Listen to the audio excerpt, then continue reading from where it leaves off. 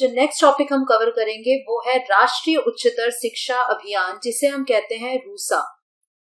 इससे भी जानते हैं, तो इसको आप इस तरीके से भी देख सकते हो कि नेशनल हायर एजुकेशन मिशन।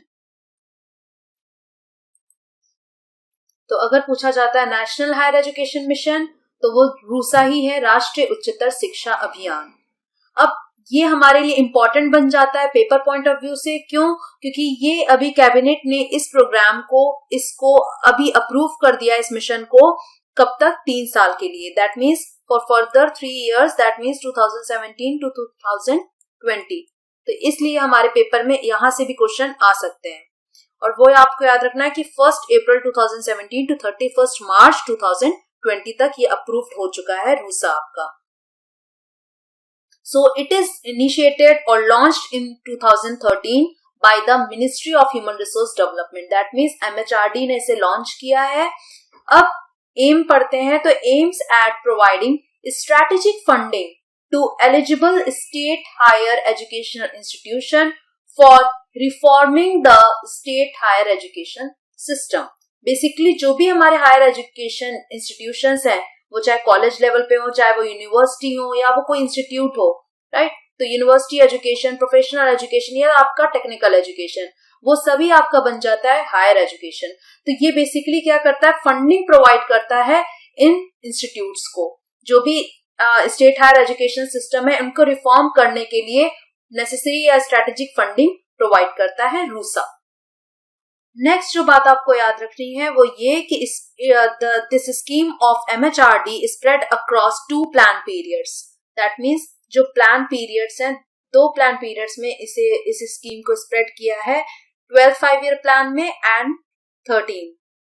तो 12th 5-year प्लान आपका हो गया 2012 to 17 and 13th 5-year plan हो गया 17 to 22। इस प्लान को फोकस किया गया है ऑन, दैट मीन्स इस प्रोग्राम पे फोकस किया गया है on state higher educational institution पे। नेक्स्ट है places greater emphasis on the improvement of the quality of teaching learning processes in order to produce employable and competitive graduates, post graduates and PhDs।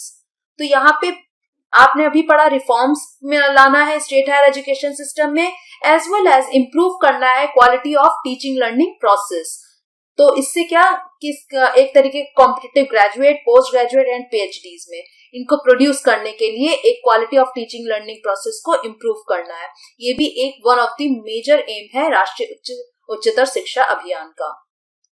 So to improve access, equity and quality in higher education, basically RUSA इसलिए main काम कर रहा है। Then planning at state level for creating new institutions, new and better institutions, expanding and upgrading existing ones. Existing institution जो है उनमें additional capacity add on करना, जिस तरीके से उनका एक्सपेंशन हो सके, वो अपग्रेड हो सके, तो एग्जिस्टिंग वंस के लिए भी काम करना।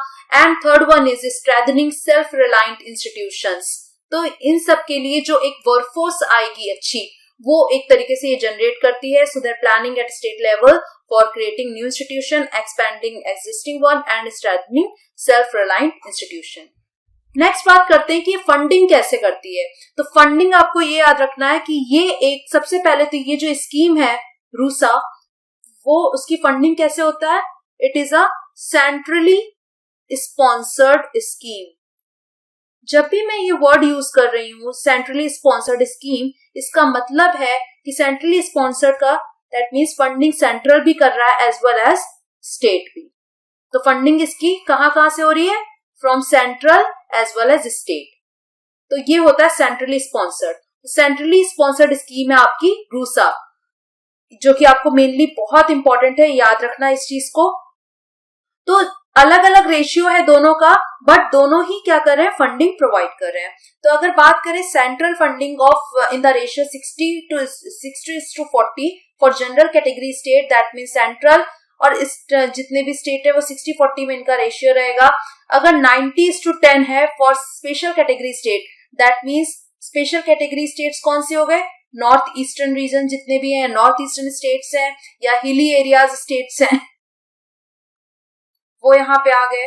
ठीक है, ये हो गए स्पेशल कैटेगरी स्टेट्स। और 100% फॉर यूनियन टेरिटरीज, जितने भी यूनिटीज हैं उनकी फंडिंग 100% होगी। तो ये एक तरीके का रेशियो है और फंडिंग जैसे होती है वो आपको बताया गया है।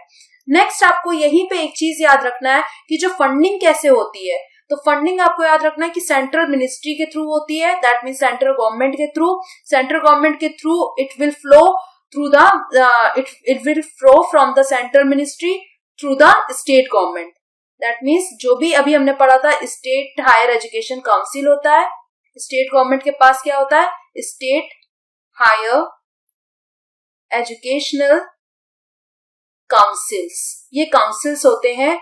उसके बाद जाके आइडेंटिफाइड इंस्टीट्यूशंस को फंडिंग मिलती है, प्रोवाइड किया जाता है, आइडेंटिफाइड इंस्टीट्यूशंस, राइट। तो सबसे पहले जो फंडिंग होती है वो फ्लो करती है सेंट्रल मिनिस्ट्री के पास से, सेंट्रल गवर्नमेंट के पास से स्टेट गवर्नमेंट तक। स्टेट गवर्नमेंट में स्टेट हायर एजुकेशन काउंसिल्स है और उन्हीं के थ्रू आइडेंटिफाइड इंस्टीट्यूशंस को जिनको फंडिंग रिक्वायरमेंट है या जिनको देना है, फंडिंग प्रोवाइड करना है, उन इंस्टीट्यूशन तक पहुंचती है। तो ये है फंडिंग का, रूसा की फंडिंग कैसे होती है। तो आपको ये पिक्चर ध्यान में रखनी है कि सेंट्रली स्पॉन्सर्ड स्कीम है तो दोनों ही फंडिंग करते हैं, central as well as state, किस रेशियो में करते हैं ये ध्यान में रखना है, एंड फंडिंग फ्लो कैसे करती है। सो मेनली द ऑब्जेक्टिव्स जो आप यहाँ पे पढ़ते हैं वो है, आपको बेसिकली तो 3 वर्ड्स ही याद रखने हैं जो मेन ऑब्जेक्टिव्स है रूसा के, कि इंप्रूव करना है access, equity and quality in higher education. अब करेंगे कैसे, तो quality improvement and capacity enhancement. कैसे इंप्रूव होगी क्वालिटी, कैसे कैपेसिटी इनहेंस होगी, तो जब अगर आप जो नॉर्म्स दिए हुए हैं, जो स्टैंडर्ड्स हैं उनको फॉलो करेंगे तो ओवरऑल क्या होगा, क्वालिटी होगा ऑफ स्टेट इंस्टीट्यूशन, जैसे कि NAAC, national accreditation assessment course, या sorry national assessment and accreditation council. तो इनके थ्रू क्या करते हैं, इससे क्या होता है, क्वालिटी इंप्रूव होती है, इससे कैपेसिटी इनहेंस होती है, क्वालिटी एश्योरेंस फ्रेमवर्क मिलता है, किसके थ्रू कैसे अडॉप्ट करती है इंस्टीट्यूशंस, तो इससे क्या हो रही है, इंप्रूवमेंट मिल रही है। नैक को हम यहाँ पे फर्दर बाद में स्टडी करेंगे कि नैक क्या करता है। यूजीसी के अंडर नैक है, नेशनल असेसमेंट एक्रेडिटेशन काउंसिल, इसके बारे में बाद में पढ़ते हैं।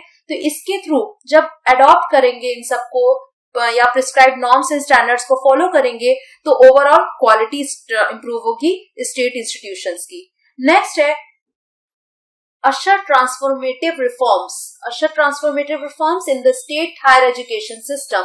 कैसे, by creating a facilitating institutional structure for planning and monitoring at the state level, promoting autonomy in state universities and by improving governance in education. तो institution, तो एक तरीके से इंस्टीट्यूशनल स्ट्रक्चर पे प्लानिंग एंड मॉनिटर करना at state level, then autonomy provide करना और promote करना freedom to these universities and improve करना जो भी गवर्नेंस है उन इंस्टीट्यूशंस की। तो इस तरीके से एक ट्रांसफॉर्मेटिव रिफॉर्म हो सकेगा in state higher education system. तो ये रूसा का मेन ऑब्जेक्टिव है, क्योंकि रिफॉर्म हमने पहले भी डिस्कस किया था, जो कि रिफॉर्म लाना स्टेट हायर एजुकेशन सिस्टम में the main objective of RUSA is. तो इसलिए कैसे कैसे करेंगे, इस तरीके से क्या कर सकते हैं, रिफॉर्म्स को या ट्रांसफॉर्मेटिव रिफॉर्म्स ला सकते हैं in the state higher education system. The next है आपका ensure reforms in the affiliation, academic and examination system. तो रिफॉर्म्स इन तीनों में भी, एफिलिएशन में भी, एकेडमिक में भी एंड एग्जामिनेशन सिस्टम में भी रिफॉर्म्स लाने हैं। नेक्स्ट है expand the institutional base by creating additional capacity in existing institution and establishing new institution in order to achieve enrollment target. अब पार्टिसिपेशन कैसे बढ़ेगा, कैसे अचीव हो पाएगा, जब हम इंस्टीट्यूशनल बेस को दैट मीन्स एक्सपैंड करेंगे और एडिशनल कैपेसिटी, जो भी नई नई चीजें, नई नई चेंजेस आ रहे, नए नए इनोवेशंस आ रहे, उनको हम अपने कॉलेजेस में, जो हमारे एग्जिस्टिंग इंस्टीट्यूशंस हैं उनमें उस चीज को लाते हैं, उन कैपेसिटी को उससे क्या करेंगे, वहां पे इंट्रोड्यूस कराएंगे और इस्टेब्लिश करेंगे नई इंस्टीट्यूशंस। इससे क्या होगा, पार्टिसिपेशन बढ़ेगा बच्चों का। देन नेक्स्ट है improve equity in higher education by providing adequate opportunities of higher education to SC, STs and socially and educationally backward classes, promote inclusion of women, minorities and differently abled persons. तो basically equity की भी बात हुई थी जब हमने main objective हम पढ़ रहे हैं, तो एक्सेस, इक्विटी एंड